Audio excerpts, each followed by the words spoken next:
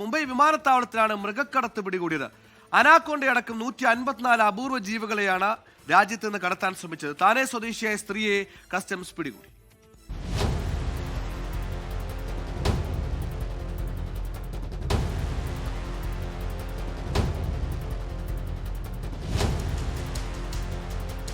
Customs പരിശോധനയിലാണ് തായ്ലൻഡിൽ നിന്ന് എത്തിയ സ്ത്രീ വന്യജീവികളുമായി പിടിയിലായത്.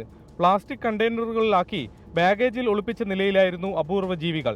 അനാക്കോണ്ടയുടെ കുഞ്ഞുങ്ങൾ, വിവിധതരം ഓന്തുവർഗ്ഗങ്ങൾ, ആമകൾ, റക്കൂണുകൾ അടക്കം 154 ജീവികൾ.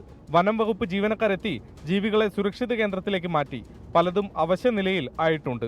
അന്താരാഷ്ട്ര തലത്തിൽ തന്നെ വിൽപ്പനയ്ക്ക് പൂർണ്ണ നിരോധനമുള്ള ജീവികളെയാണ് കടത്തിക്കൊണ്ട് വന്നത്. 5 വർഷത്തിനു ശേഷമാണ് വിമാനത്താവളത്തിൽ അനാക്കോണ്ടയെ പിടികൂടുന്നതെന്ന് കസ്റ്റംസ് പറയുന്നു. സെറീൻ അസ്ലം ഷെയ്ഖ് എന്ന യുവതിയാണ് പിടിയിലായത്. 24 മുംബൈ. ലോകത്തെവിടെയായാലും ഏത് സമയത്തും 24 വാർത്തകളും ഓഗ്മെന്റഡ് റിയാലിറ്റി പാക്കേജുകളും എക്സ്പ്ലെയിനറുകളും വിശദമായി കാണാൻ ഞങ്ങളുടെ യൂട്യൂബ് ചാനൽ നിങ്ങൾക്ക് സബ്സ്ക്രൈബ് ചെയ്യാം.